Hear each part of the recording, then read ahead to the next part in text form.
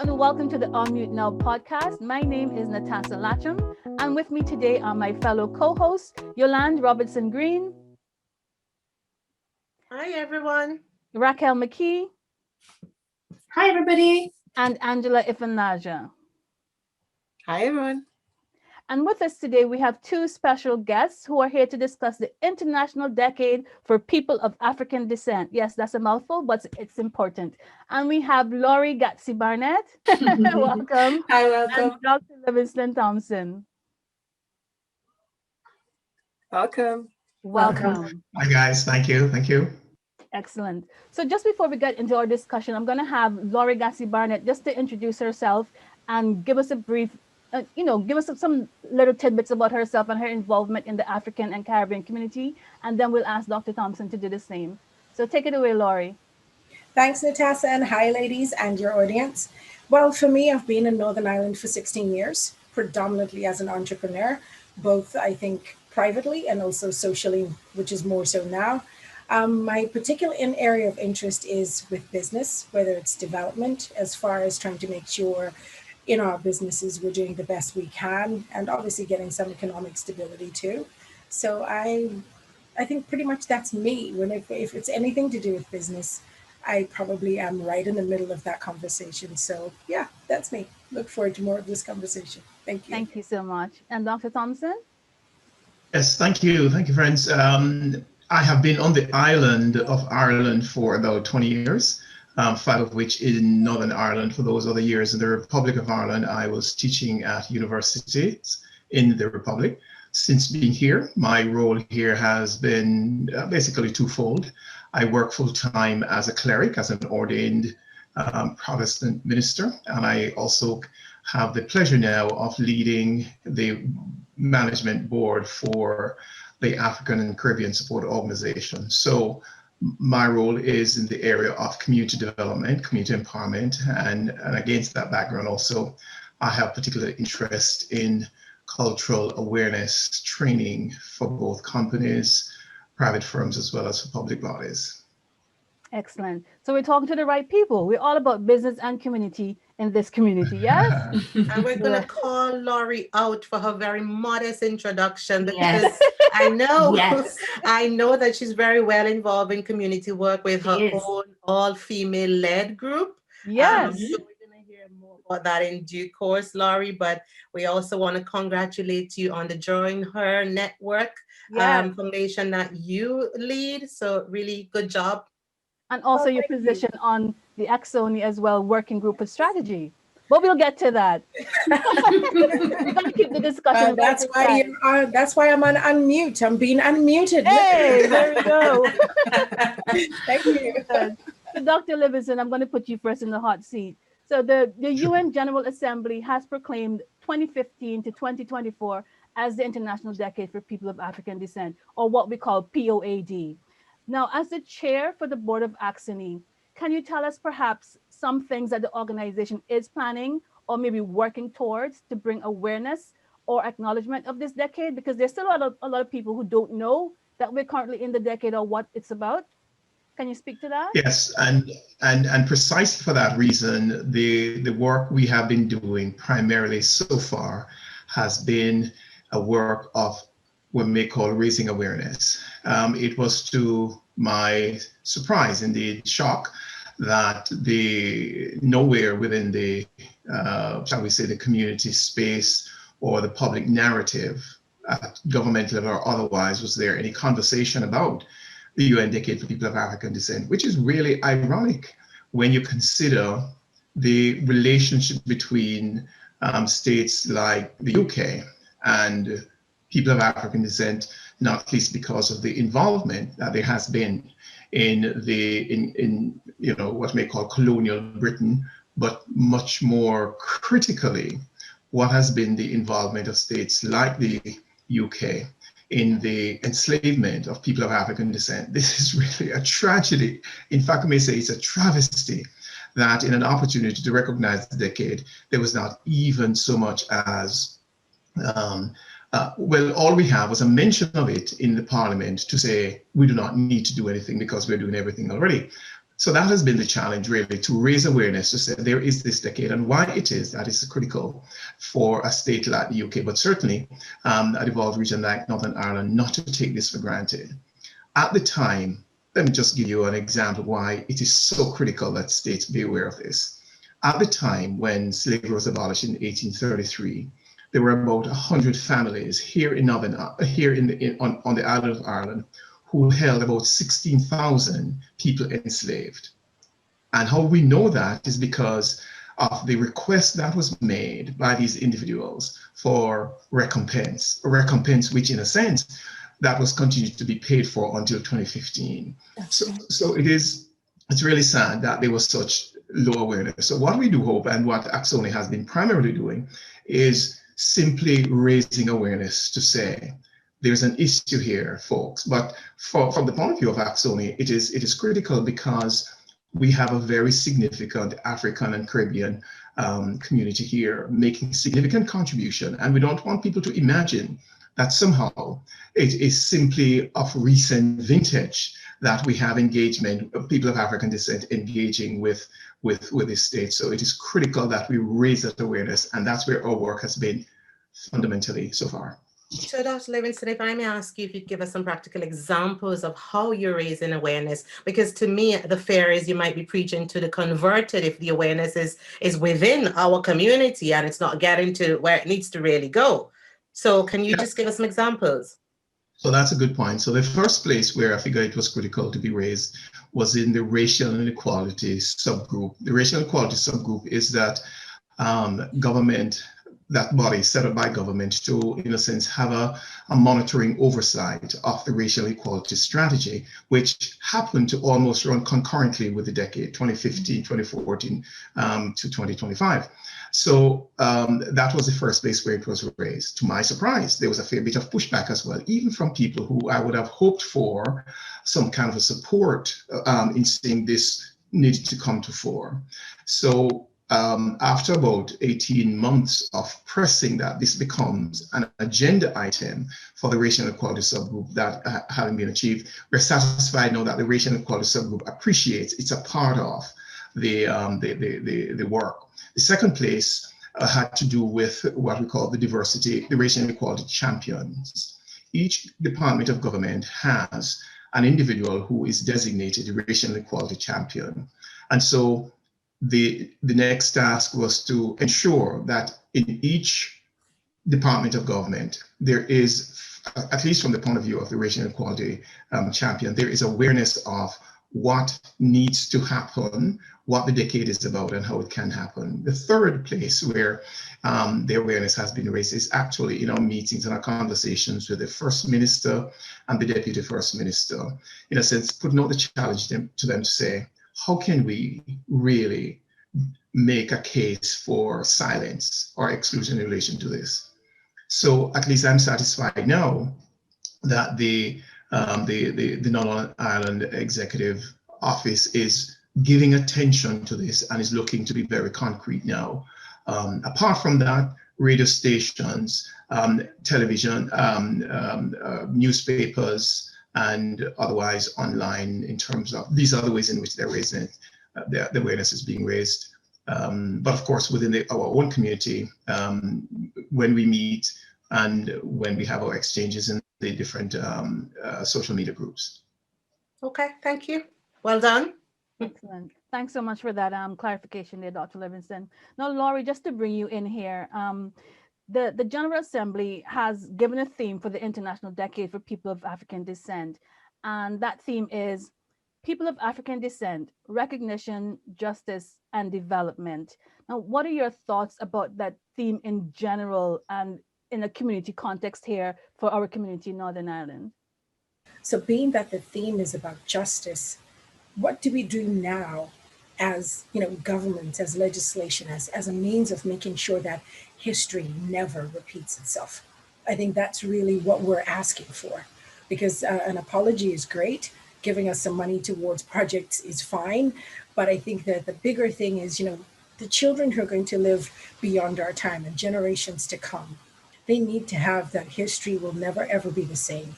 They need to have assurance that whoever they choose to be has no limitation, And they're not just simply going to be used by any system out there for whatever they can get from them.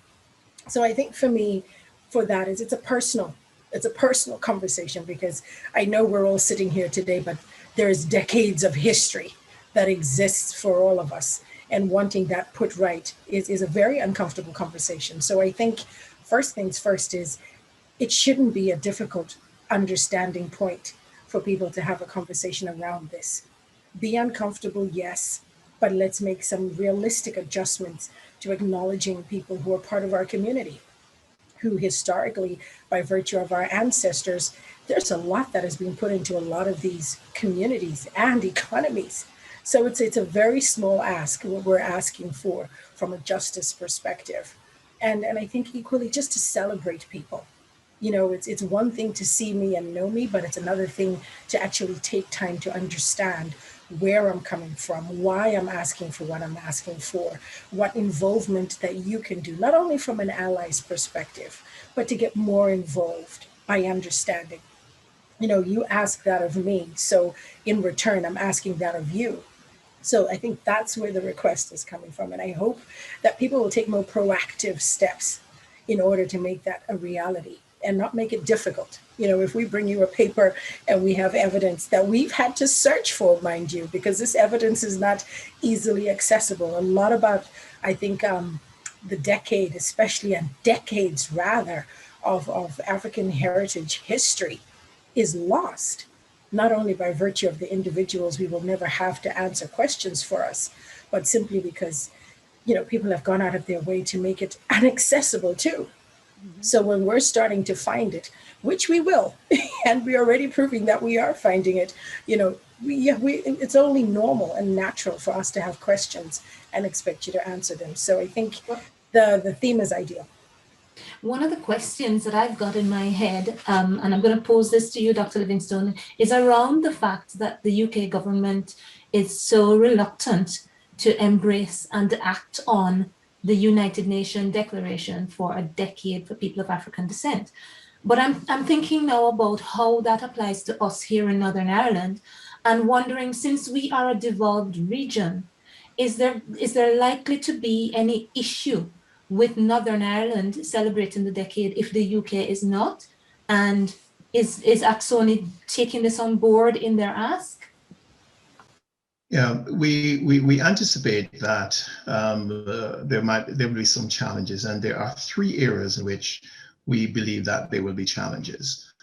The first area is the tendency, when things relating to the support and development for meaningful development in relation to things Africa, when it is raised, the issue of funding is always raised. And I suspect this is because of fear of having to find specific funds in relation to this observation, when it was not part of the original thinking. That was part of the reason why we get the pushback. However, I also, because, you know, funds are limited, and so there is a perception that in order to do something meaningfully, we're going to need a lot of funds. That, of course, is not true. It's not about a lot of money. It will, for something meaningful, some amount of money, but certainly not the amount of money that may certainly require. There is no justification. However, that is where we figure we may have a challenge. The second place where we figure the challenge may come from is, I call it politics. That is to say, it can be that it might be perceived that this issue of observing the decade of the people of Africa can become something divisive. There has been an uncomfortable relationship between different groups and political parties with the history of the relationship between the UK and people of African descent. And we have found that individuals who are on the nationalist side may appear to be much more interested in it because of the whole history and the relationship between colonial Ireland and the UK, may find it as a moment in which to somehow come on board. we do not want for it to become a divisive issue, because on the other hand, it is not simply that there is an invitation for the UK government to simply have guilt about its own engagement with Africa and people of African descent historically, is really to face what may be called a meaningful history. So if the Northern Ireland is going to somehow show up the UK government by calling attention to something which they didn't consider it meaningful enough to give attention to, what with the Windrush scandal and other ways of denying even the existence of systemic racism in the UK, it might be a little way showing up. The third area, however, where we might have some challenge is because it is going to be uncomfortable engaging and realizing that institutions in Northern Ireland have had ways of engaging with the period of enslavement in a way in which it's not going to cause some amount of pride. So uncovering those kind of realities can be uncomfortable reading, because those families that have historically been associated with the enslavement of people, those families remain, and those institutions, whether they be mercantile or otherwise, some of them still remain. And understanding that connection may be uncomfortable. So those are three reasons why I believe we will have some challenges, but it's not a reason not to engage the reality. Sure, and really it's a segue into what I was going to say, because we were talking about challenges, and Dr. Livingstone, let me address this to you again.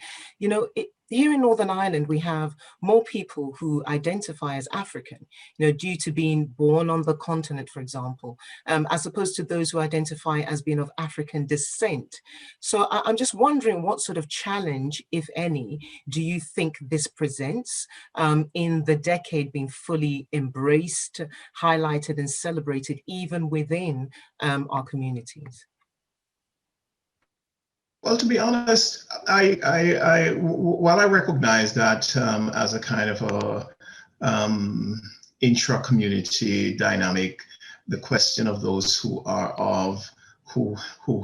arrived here as coming directly from the African continent, and those who have arrived here as coming from other locations, there can be this kind of an intra-community conversation. Frankly, I don't see that as a challenge. I see the opportunity for the UN Decade for People of African Descent as an opportunity that ensure that the question of the unity and common history is that these issues are lifted up and affirmed, because we are talking about the history of people of African descent, whether they are currently living in Africa or they're living outside of Africa. It is simply to say that those people of African descent can identify with the injustices which have been meted out to people of African descent, especially, but not only limited to, especially during the period of enslavement. But we know that the racial injustice that we experience today, in a sense, had its fountainhead, and in a sense would have had its birthing primarily during the period of enslavement, and then reinforced in the period of the colonial period. And so for me, it's an opportunity to show oneness and understanding of that common history rather than any challenge within the community itself. If I may ask, sorry, Laurie, I was going to ask you a question, but if you have something you want to say first. No, you comment. I was just going to interject in the conversation currently right now by saying I think there's a part to play, even as individuals from that community, to say to us that we have a duty to each other to understand our own history to a point. Because I've found a lot of times in conversation, we all have a different understanding of what our history actually is.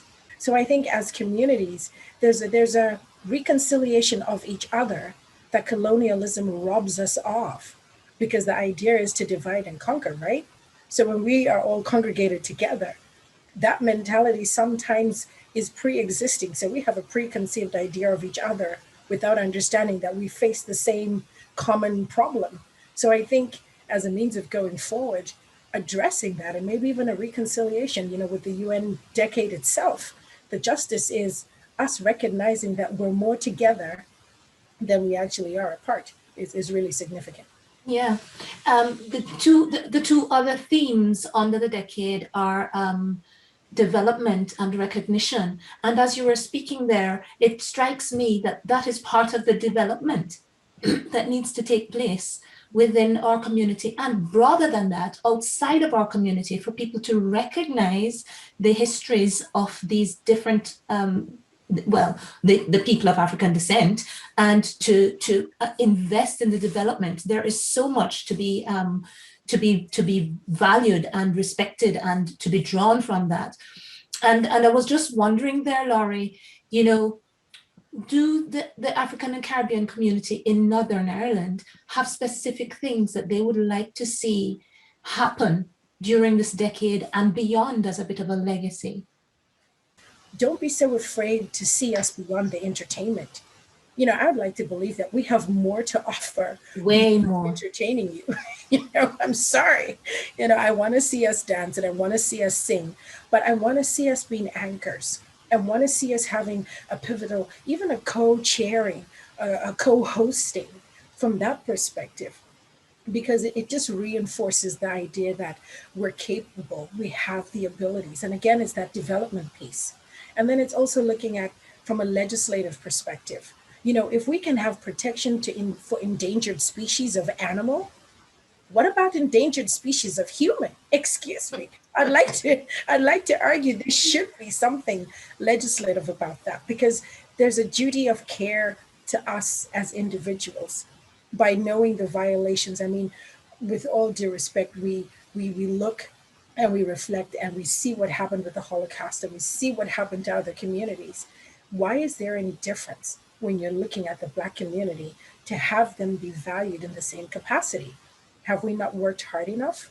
Do we not have the same level of pain, anguish, and despair like anybody else? So it's really seeing an active approach, not only to socially integrate us, but to have us be really pivotal in a lot of things that we're doing. And equally like what we're doing now, we're unmuting a conversation that a lot of people would prefer to be silenced because it's difficult. This is not hard listening. You know, it's a lot of challenging things being said. Being brave enough to say, you know what, like Yorkshire tea and PGT, if you're racist, don't buy our tea. You know, we won't miss you, really. You know, that kind of attitude. If there were more companies that were willing to stand by the right thing. So I think it's the ethical question. How many organizations are being ethically and morally upholding the views of the justice and development for other communities? And I think that's what we're asking for, beyond just government putting something legislatively. It's having the consciousness. You know, museums returning artifacts to countries that they know rightfully those were purchased or rather stolen under the wrong pretext. Yes, it's great to see them do that, but it's understanding why you need to return it. But not only to the country of origin, but honoring the people from those countries who live in your community and are part of the framework. So those are kind of, I could go all day, so rein me in. You've definitely given us some fat to chew on. Now, I'm a vegetarian, so I'll chew on the tofu, but there's a lot of fat to chew on there. And just to keep this right and tight, because we're running out of time, ladies, but do you guys, like any of my co-hosts, do you want to have throw any questions up before I wrap up with the guests? Did you get it all out there, or are you still chewing on the fat? Well, for me, it's not really a question. For me, it's not so much a question. It's a comment. It's a concern. We are, what, 7 years into this decade? And the reality is that the visibility of this within the United Kingdom and in Northern Ireland has been very, very little. You know, the work that ACSONI is doing is great, but we are 7 or so years in. Of course, it's beyond the decade.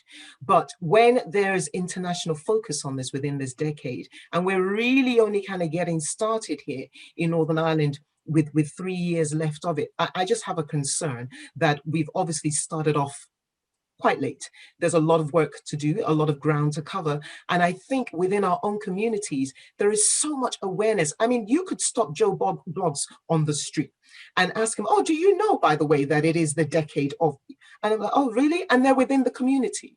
So I think that there's a lot that we really need to do to just bring that awareness to the grassroots level, to the ordinary guy on the street of African descent, that actually this concerns you. And as Laurie said, we owe it to ourselves to educate ourselves on our own history in a way that is beyond the superficial. So that's just, I'm just throwing it out there. And I'm hoping that as people listen to this podcast, and various other things that you will start to see about this more and more, that we really do take that on as our individual responsibility and amplify our voices and the time that we have left when there is still this international focus on it, to just make the most of the time that we have left. So we're behind you, ACSONI, and everybody else that's doing work in this. People just get on board. There's a lot of work to do. Yes. And one of the things which we have said is, if you don't mind, one of the things we have said is that we should not be, and certainly I've said this to the executive, not only executive, not to be constrained by the fact that we have a time when the decade ends. We should see it as a call to action. We are talking about 500 years of injustice. So we shouldn't imagine that a decade is the time that we're going to somehow do some kind of corrective action. It is simply a call to action. Don't be constrained by the decade. And on that note, normally when we wrap our podcast, we ask our guests if there's anything that they would like to raise the volume on, because our tagline is raising the volume on the whispered conversations in our communities. So on that note, Laurie, and then I'll come to Livingstone, is there anything that you would like to raise the volume on, whether it's about this discussion or just in general, you'd like to just put out there? Well, I think I would probably go with this discussion, because what we're doing is a trailer, which is equally like the 7 years. That's a trailer. That's like a breaking news episode. So I think in the next coming couple of years and forever, this is not going to stop. This is a global responsibility. Now, whether you're on the African continent itself, or you're in the Caribbean, or you're in the US, wherever you are, it's a global responsibility is what we're calling on everyone to tune in to this frequency, because we have that responsibility. Thank you. And Livy, quickly, like a minute or less. Yes, well, one of the things I would emphasize, especially for those of us who are in the African community, is to consider carefully what it might mean to be mentoring young girls, young boys, young businesses, as a way of guaranteeing sustainability of certain values and certain achievements. I'd say consider mentoring as a very important way to a secure legacy. Thank you very much.